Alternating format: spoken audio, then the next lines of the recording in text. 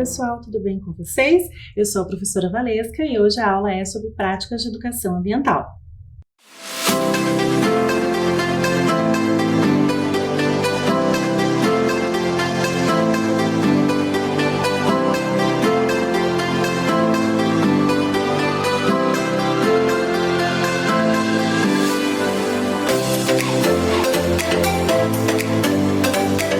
Antes da gente introduzir o conteúdo de hoje, a gente vai relembrar o que são cidades educadoras. Nós comentamos na nossa última aula sobre as cidades educadoras e o que elas proporcionam aos seus habitantes. De que forma Curitiba faz isso?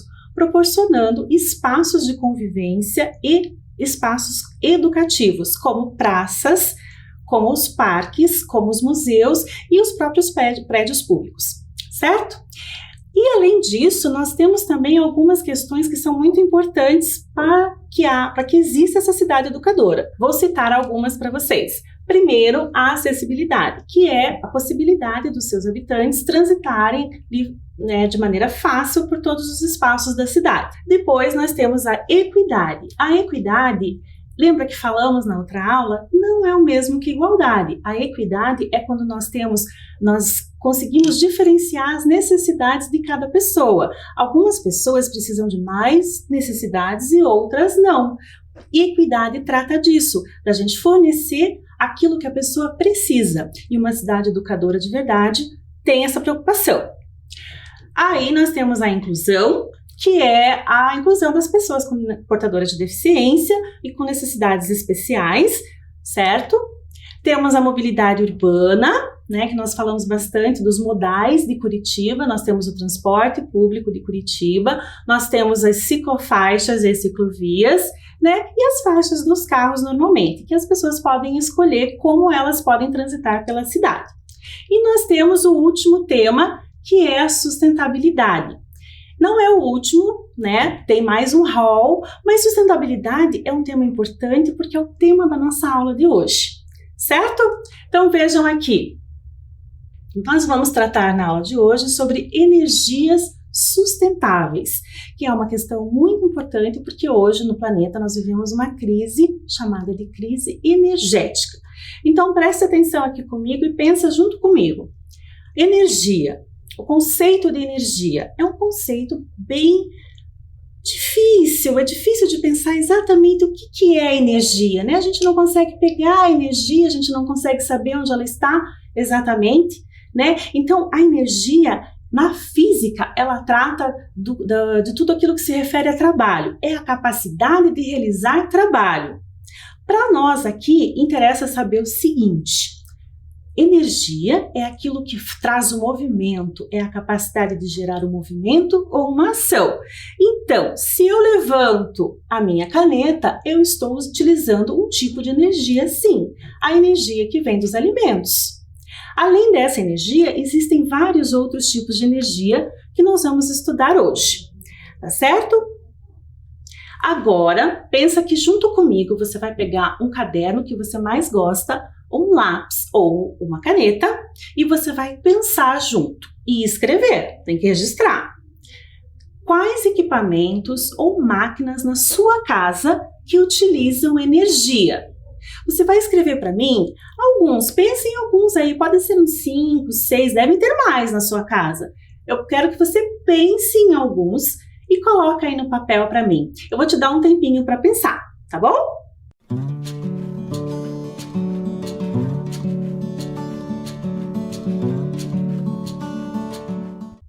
Então, conseguiram?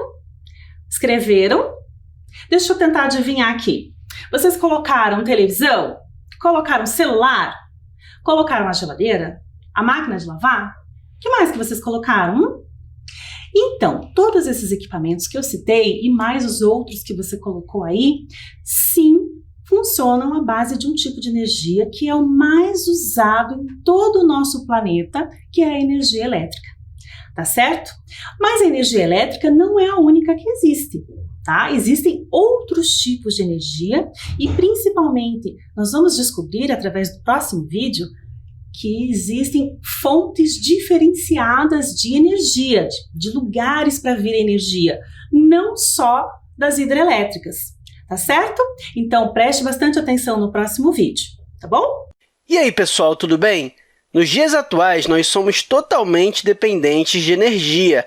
Ela se faz presente em casa ou no trabalho. Nas residências, por exemplo, com a energia elétrica, nós obtemos a luz, a manutenção dos alimentos em geladeiras, ar-condicionado, banho quente e o uso de aparelhos eletrodomésticos e etc. Já na cozinha, com o GLP, que é o famoso gás de cozinha, nós cozinhamos, dentre outras finalidades.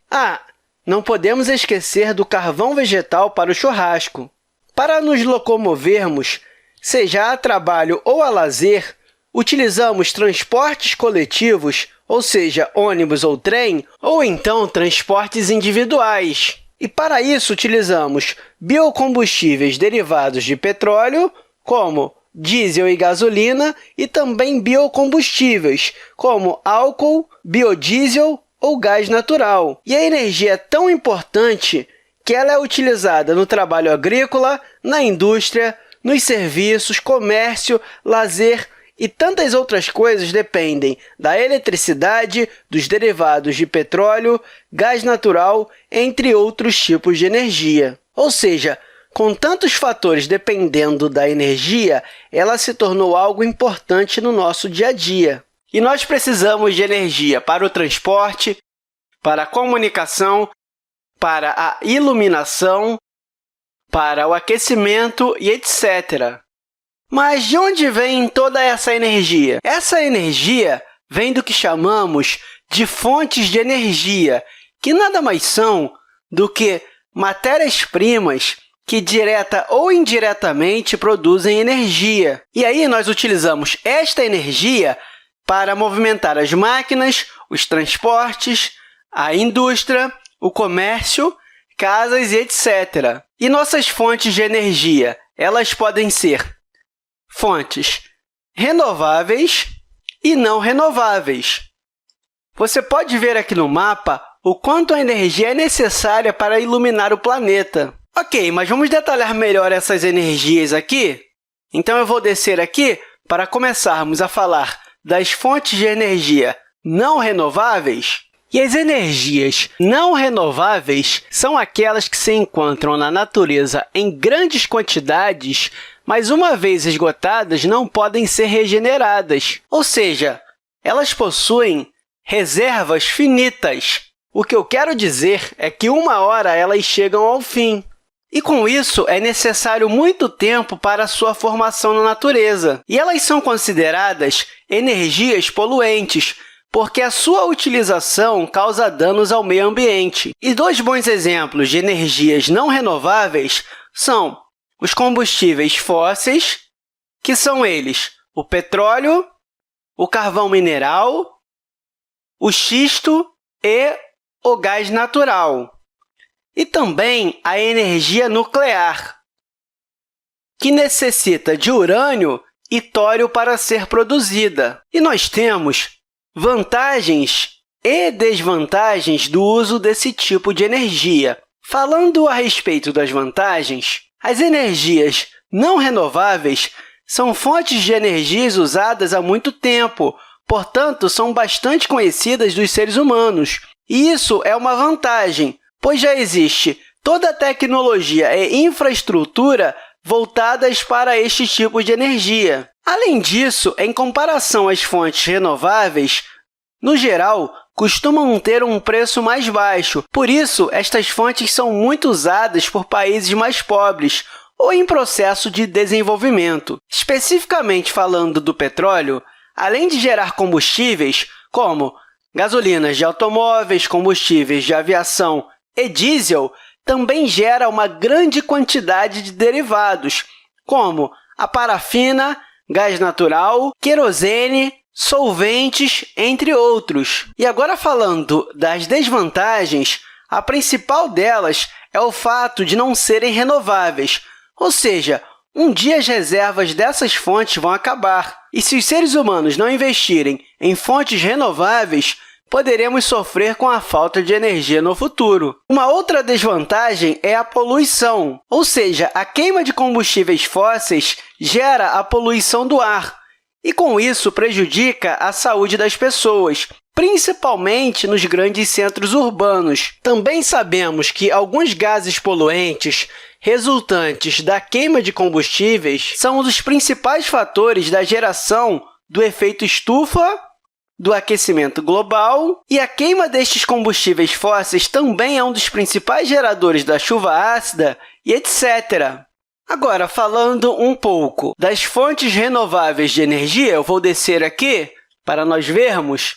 Então, as energias renováveis são aquelas que se regeneram espontaneamente ou através da intervenção humana. Então, essas energias elas são infinitas e elas são consideradas energias limpas, pois os resíduos deixados na natureza são nulos. E alguns exemplos são a energia hidrelétrica, oriunda pela força da água dos rios, a energia solar, que é obtida pelo calor da luz do sol, a energia eólica, que é derivada da força dos ventos, a geotérmica, que provém do calor do interior da Terra, a biomassa, que vem de matérias orgânicas. Também temos a energia dos mares e oceanos, que vem da força das ondas. E, por fim, uma fonte renovável é o hidrogênio, que provém da reação entre hidrogênio e oxigênio que libera energia.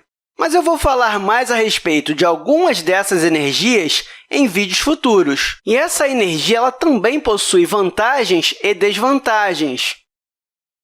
Sobre as vantagens, este tipo de energia pode ser considerada inesgotável à escala humana se comparada aos combustíveis fósseis. Além disso, o seu impacto ambiental é menor do que o provocado pelas fontes de energia com origem nos combustíveis fósseis, como carvão, petróleo e gás, já que não produzem o dióxido de carbono ou outros gases com o efeito de estufa. E reduzindo o CO2, acaba que nós temos uma melhor qualidade de vida, ou seja, um ar mais limpo.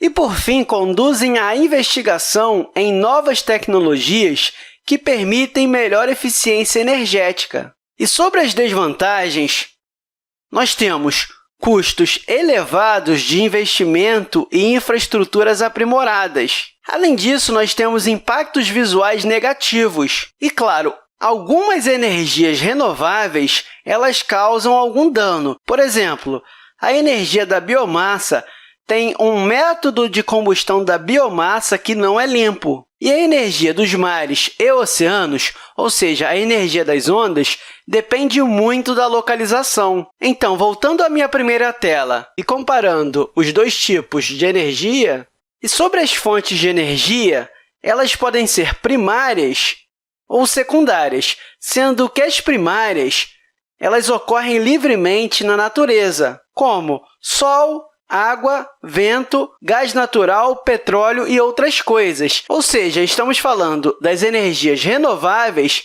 e não renováveis. E também temos as energias secundárias, como a gasolina, a eletricidade, o biodiesel, entre outros.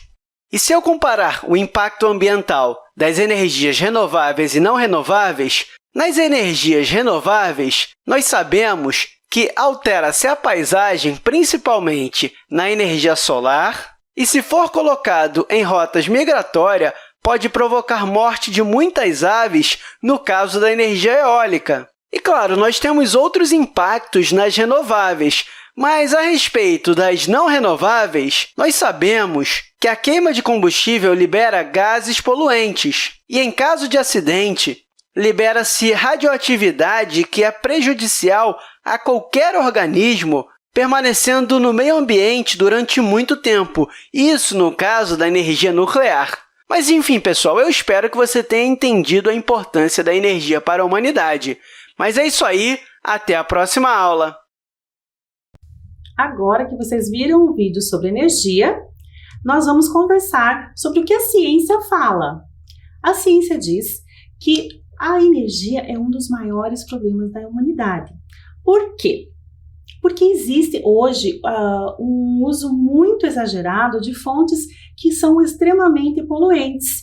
E além de serem extremamente poluentes, essas fontes de energia que vocês viram no vídeo, que são não renováveis, elas vão acabar, né? Então, elas são esgotáveis.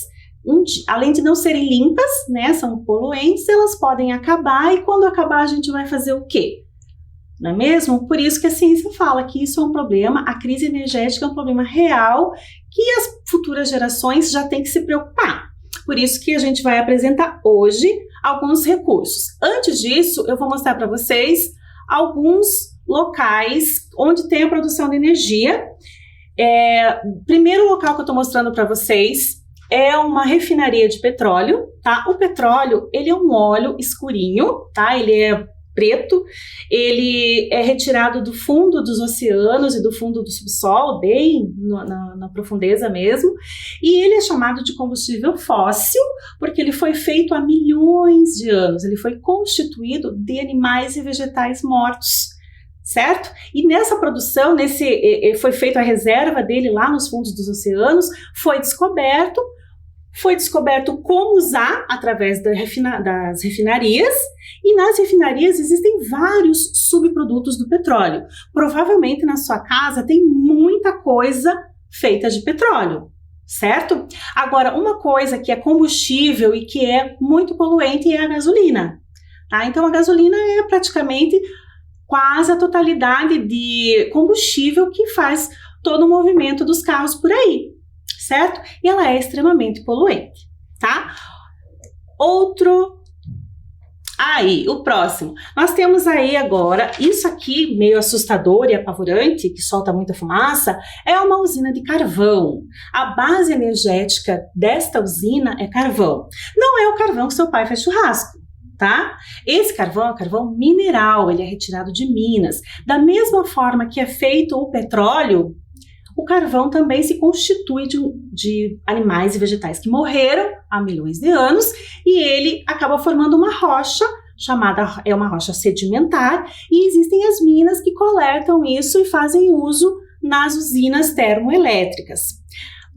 Hoje em dia, uma notícia boa, tá? Grave isso. Hoje em dia, há uma queda no uso desse tipo de energia porque ele emite muitos poluentes. Acho que dá para notar pela quantidade de fumaça, né?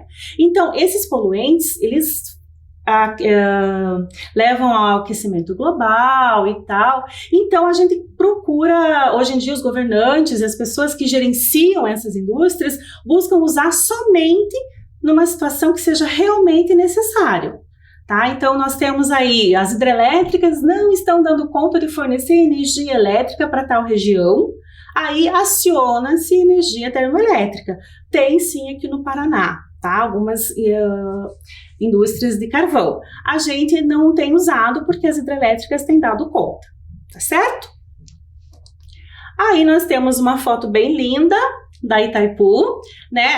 A energia hidrelétrica fornecida pelas hidrelétricas, ela é considerada uma energia limpa, tá? É considerada uma energia renovável. Como que acontece isso? Vocês devem ter visto lá no vídeo que a água fica represada e ela passa por dentro dessas turbinas e elas se movem produzindo eletricidade. Então, a base energética da eletricidade das casas, das indústrias, dos prédios é a energia elétrica, dos aparelhos, vários aparelhos que vocês citaram lá do funcionamento da casa de vocês, é a base de energia elétrica que é produzida uma boa parte por Itaipu, que fica aqui no Paraná, certo? E por último, talvez esse vocês não conheçam muito. Esse aqui representa os campos eólicos ou campos de vento.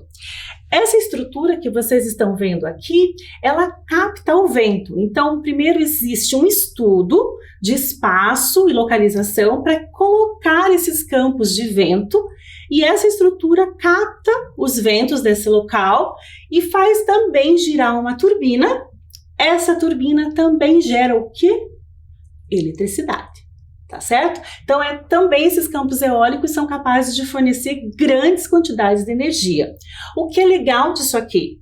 É uma energia 100% limpa, O que acontece só é uma paisagem que foi alterada. De fato, precisa um espaço para ser colocado esses campos eólicos. Entretanto, tem que haver um equilíbrio, né, gente? Entre a gente ter um espaço para criar novas energias e que elas sejam sustentáveis e a degradação ambiental. Neste caso, a utilização de uma energia limpa compensa, tá certo? Vamos lá para a nossa próxima. Aqui, nosso próximo slide é uma revisãozinha, só para vocês gravarem na cabecinha de vocês que existem dois tipos de fonte. Fonte renovável e fonte não renovável de energia. Com a renovável, a paisagem normalmente é alterada. Sim, lembra, eu acabei de falar, há um custo e um benefício. Ela é reutilizável e limpa e, vamos relembrar, ela é inesgotável. Ela retorna para o ambiente, tá? E existem as não renováveis. São extremamente poluentes, como já comentei, elas são esgotáveis. Uma hora vai acabar, a reserva de petróleo vai acabar, a reserva de carvão vai acabar. E um problema muito grave é o aquecimento global, porque elas emitem uma grande quantidade de gases poluentes. Tá certo? Agora, falando de sustentabilidade e impactos ambientais. Na aula anterior, comentei com vocês sobre os 17 Objetivos do Desenvolvimento Sustentável. Na energia, também existe uma meta a ser alcançada até 2030. Tá? Então, nós temos agora o 7º objetivo de desenvolvimento sustentável, que é energia limpa e acessível. O que fala esse objetivo? Que as pessoas até 2030 devem ter acesso a energia limpa, de qualidade, a preços justos para todos e todas. Tá certo? Isso é uma meta até 2030. Agora eu vou mostrar para vocês uma coisa muito legal. Pensando nesse 7º objetivo do desenvolvimento sustentável, uma organização educativa que não é do Brasil, tá? Ela se chama Pequenos Inventores e ela estimula a criatividade de crianças e adolescentes, mas não aqui no Brasil, é de fora. Aí ela propôs para essas crianças, assim, um desafio. Quero que vocês inventem um tipo de fonte de energia que não seja poluente e que seja sustentável. Eu selecionei para vocês um trabalho de uma criança. Olha só que lindinho. Quem fez esse trabalho foi o Ethan. Ele é uma criança que estuda lá na Inglaterra, ele é inglês, e ele juntou várias tecnologias juntos no desenho dele, e por incrível que pareça, todas as tecnologias que ele colocou, tirando a nuvenzinha aqui, que eu acho que não tem ainda, todas elas estão em pesquisa e algumas já estão em funcionamento, pessoal. Então vamos estudar aqui. Tem uma animação que foi feita por um professor, tá? Então observem aqui. O que o Ethan propôs? Primeiro, existe a geração de energia elétrica através do excremento de animais e plantas, fezes, tá certo? Aí, essa geração de energia elétrica movimenta um outro equipamento e esse equipamento vai girar aqui uma turbina eólica. Olha só, então ele já gerou aqui um tipo de energia que virou energia elétrica, já movimentou esse equipamento e movimentou a energia eólica aqui. Essa eólica transformou a energia elétrica aqui por painel solar. Isso aqui é um painel solar para ele. Esse painel solar gerou energia elétrica para esta casa, que aqui aparece só metade da casa, mas é a casa, é uma residência aqui. Além disso, o Ethan sugeriu que essa placa solar também gerasse energia para um drone, uma espécie de drone, que flutuasse até as nuvens e fizesse medições do aquecimento global e enviasse alertas, tá bom? Vamos lá. Olha lá, gente. Existe um convênio que foi assinado recentemente no aterro da Caximba, né, que era o antigo aterro sanitário de Curitiba, era enviado resíduos sólidos para lá, eram lá enterrados, né, isso que é um aterro, né, não é um lixão. Lá se levava resíduos sólidos e se enterrava, depois levava mais uma quantidade e enterrava de novo. Ele foi desativado em 2010. E de lá para cá, ele tem sofrido muitas transformações. Olha só o que tem acontecido com ele. Essa é uma foto aérea do aterro da Caximba atualmente, certo? O que vai acontecer lá? Curitiba assinou uma parceria com a Copel, eles vão instalar nesse espaço uma usina fotovoltaica. Essa palavra você guarda aí na sua cabeça que eu já vou explicar o que é, tá? Essa usina fotovoltaica vai produzir energia elétrica para o espaço em torno aqui da Caximba, no bairro Caximba, certo? E além disso, eles também vão transformar em energia elétrica os restos das podas das árvores dessa mesma região. Aí é uma outra fonte, não é a placa fotovoltaica, ai que nome difícil, é da energia solar, tá? Eu vou explicar, calma, guarda aí. Agora, a outra fonte de energia que nós estamos falando, que é essa de restos de animais e plantas que eles vão coletar no entorno, é a biomassa, tá bom? Eu vou falar já da biomassa para vocês. Então, são duas coisinhas que a gente já vai conversar. Agora, a gente vai assistir um vídeo, e nesse vídeo rápido, ele vai falar sobre o que as microalgas estão fazendo. E elas estão fazendo em Curitiba, tá? Elas não estão em outro lugar, elas estão aqui, fazendo aqui. Prestem atenção.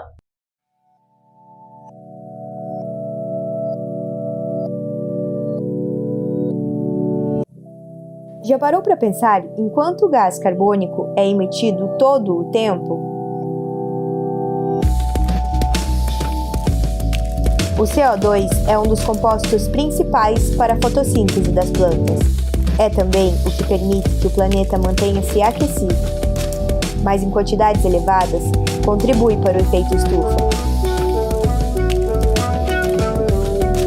Imagine desvendar mistérios, saborear o novo e fazer da tecnologia um investimento para um mundo melhor.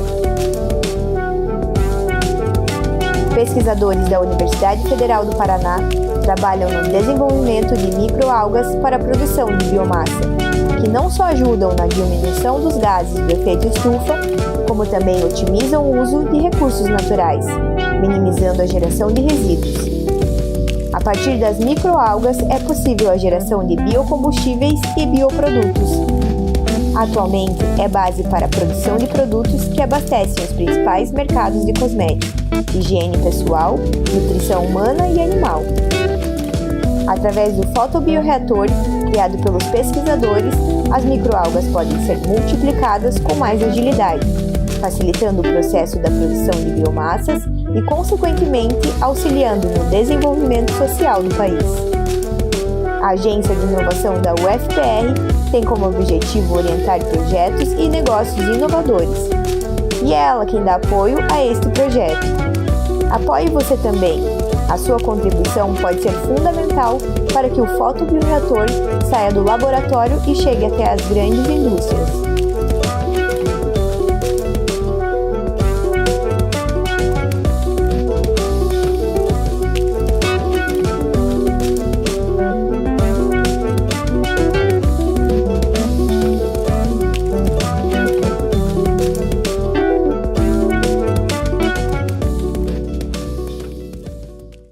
Então, sobre os vídeos, sobre o vídeo que vocês acabaram de ver, sobre o que as microalgas estão aprontando, olha só, gente, esse que vocês estão vendo aqui, esse equipamento aqui, ó, é o fotobioreator que vocês viram lá no videozinho, tá? Então, para que ele serve? Ele serve para tratar os resíduos sólidos da universidade, tá certo? Então, o que a universidade pretende no futuro? Se autogerir em relação aos resíduos. Os resíduos sólidos são gerados pela universidade e eles são tratados dentro deste local aqui, que é o fotobioreator. Aqui as algas estão ali, né? O que elas fazem? Então, existe uma queima desses resíduos, eles são queimados. E o que as microalgas fazem? Elas coletam os gases da queima. Então, elas utilizam este gás aqui, que é o CO2, ou o famoso gás carbônico. Este CO2 é capturado por elas para elas fazerem fotossíntese. E a emissão de poluentes reduz bastante e fica dentro de patamares seguros. Ou seja, não eleva o aquecimento global, que é esse o objetivo, certo? Então, esta pesquisa é muito bacana, acontece aqui no Centro Politécnico em Curitiba, e os pesquisadores tendem com esse tipo de trabalho, no futuro, utilizar inclusive as microalgas como biomassa para a produção de biocombustível, certo? Agora eu vou falar para vocês o que é biomassa. Prestem bastante atenção. Bio, bio-vida. Massa, né? Bio-vida. Então, essa biomassa são justamente a matéria orgânica, os restos de animais, de plantas, do que for que tiver em decomposição, vai formando uma massa e essa massa fica propícia a virar um certo tipo de combustível. Tá? Então, ela pode virar um biogás, ela pode virar um biocombustível, um biodiesel, por exemplo, tá certo? E a emissão é muito menor do que se a gente usar gasolina comum, né? Se a gente usar diesel comum, tá certo? Por isso que é importante essas pesquisas, tá certo, gente? Vamos para o próximo. Agora nós temos mais um vídeo. Agora vem aquela palavra super difícil também, que são as placas fotovoltaicas. Prestem bastante atenção no vídeo, que é super interessante e também acontece na Universidade Federal, tá bom? Qual a diferença entre o painel solar térmico e o painel solar fotovoltaico? Vamos nessa? Vamos lá. Vamos então fazer uma identificação visual dos painéis. O painel térmico mais utilizado tem um tanquinho do lado exterior que é visível. Portanto, este é fácil de identificar. Nem sempre esse tanquinho está à vista no exterior. Reparando com um pouco de atenção, a tubagem de ligação da água sempre estará visível. A diferença é notória. Este é um painel fotovoltaico, vários painéis fotovoltaicos. Aqui, lado a lado, os painéis, fácil é verificar que realmente são diferentes. No caso dos painéis de aquecimento solar, existem vários tipos, sendo este o painel a vácuo, mais utilizado nos países onde o frio é mais intenso. Ele tem um rendimento superior ao painel tradicional. Aqui temos um painel de garrafas PET, não deixa de ser um painel térmico porque aquece a água, assim como este, feito com uma mangueira dentro de uma caixa, e este outro feito com um tubo metálico. O funcionamento do sistema de aquecimento é muito simples. O sol incide na placa, aquece a água fica mais leve, menos densa, e sobe na tubagem, vai até ao tanquinho. A água, ao entrar no tanquinho, empurra a água menos quente pela tubagem, que passando pelo painel, é aquecida e assim o sistema circula independente, sem necessidade de bombagem. A única condição é que o painel solar esteja num nível inferior ao tanquinho. O tanquinho tem que estar sempre mais alto que o painel. Nesta foto temos um sistema de rega com o painel solar fotovoltaico. É uma utilização bem simples.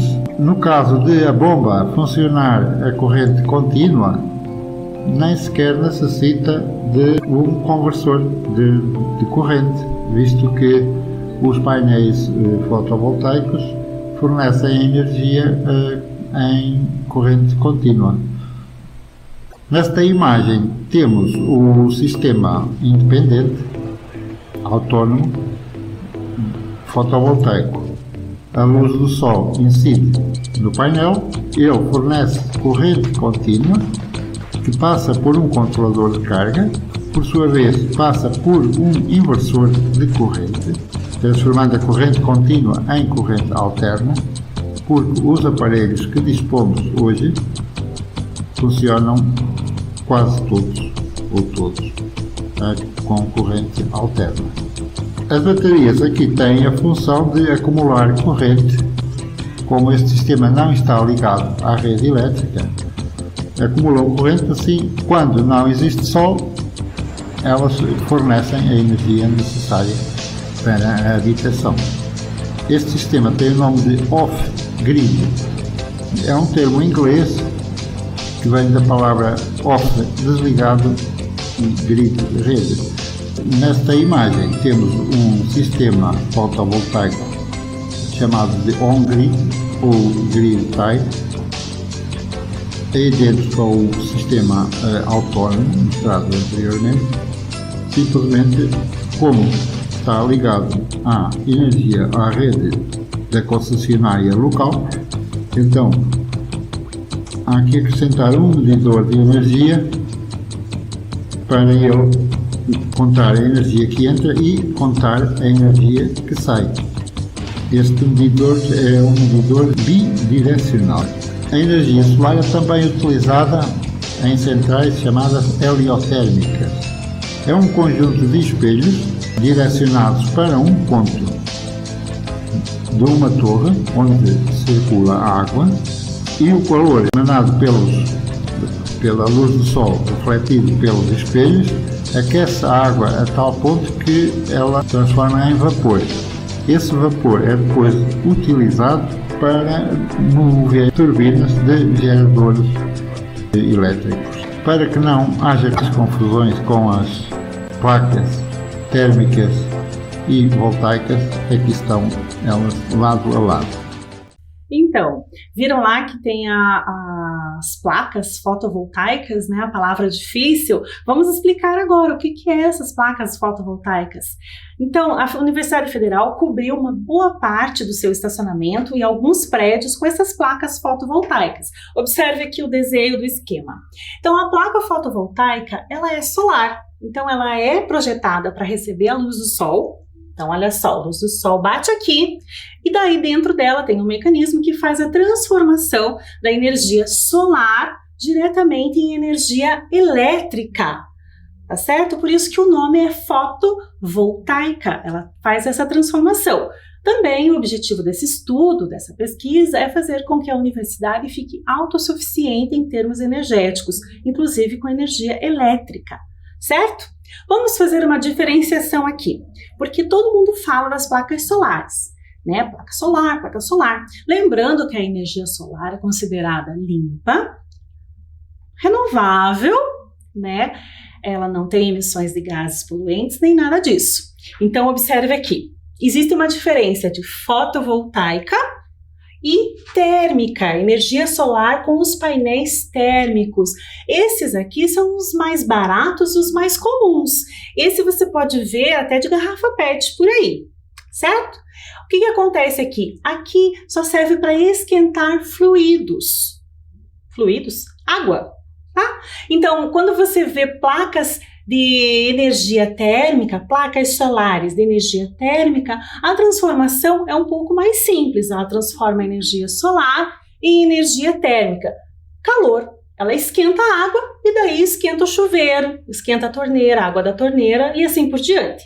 Tá certo, gente? Vocês já viram um ônibus híbrido? Já andaram um ônibus híbrido? Eu particularmente nunca andei.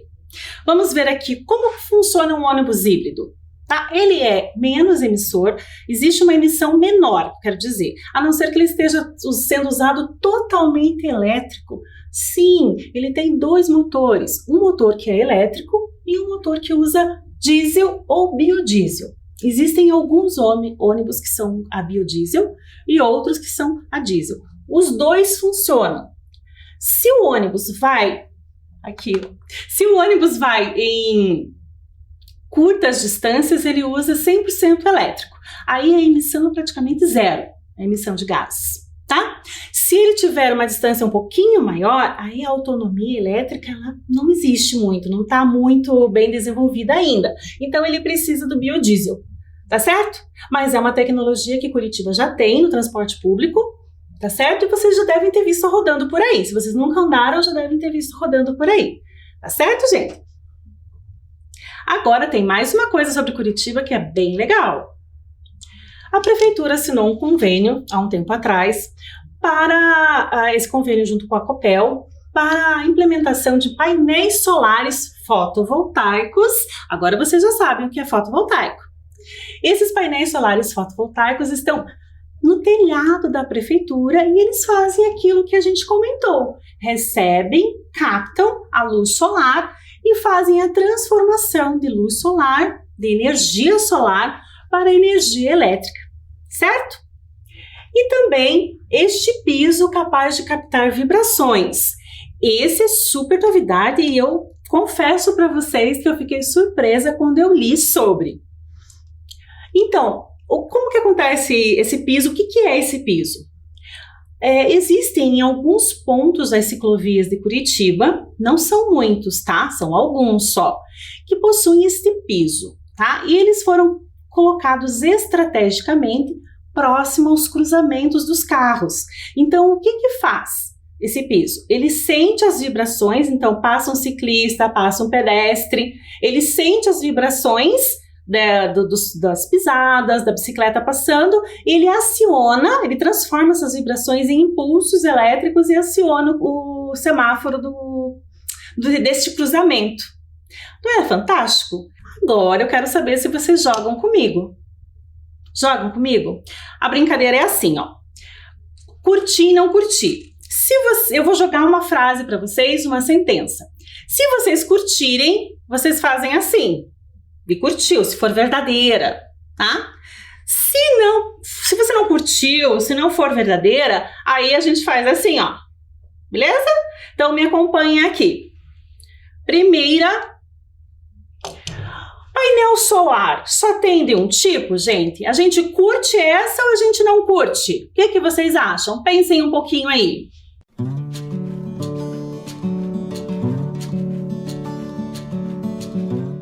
Então, vamos à resposta? A gente curte ou não curte? A gente não curte, a gente acabou de ver. Painel solar tem de dois tipos. Painel fotovoltaico e painel solar térmico. Vamos para a próxima? Vamos lá, gente. Fontes de energia são renováveis quando são limpas e podem ser reutilizadas? O que vocês acham? A gente curte essa ou não? Vamos ver. Curte ou não curte?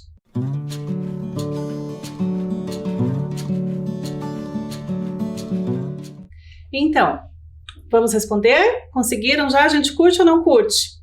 Existem fontes renováveis quando são limpas e reutilizáveis? Sim, a gente curte. São renováveis quando são limpas e reutilizáveis? Sim. Vamos para a próxima? Biomassa.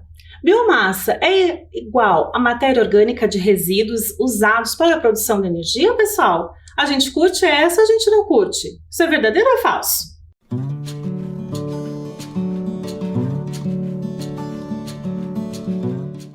Então, curtimos ou não? Sim, curtimos, mas biomassa é isso mesmo, matéria orgânica em decomposição que a gente usa para energia. E a última, essa tá fácil. Ônibus híbrido reduz a poluição da cidade, verdadeiro ou falso, pessoal? Vamos lá? Essa é a última.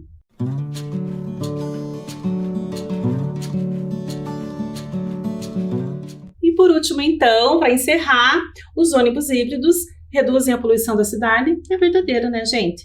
Falamos disso. Agora, vamos ao que aprendemos hoje? Então, vamos retomar.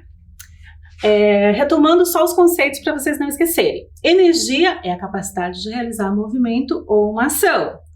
As sustentáveis são aquelas obtidas de maneira renovável e são consideradas limpas. Aí nós temos ainda as fontes renováveis de energia, são aquelas que são inesgotáveis, são limpas e são, como exemplo, nós temos as hidrelétricas, os painéis solares e os campos eólicos. Aí nós temos a 7ª ODS, energia limpa e acessível, é isso que fala a 7ª ODS.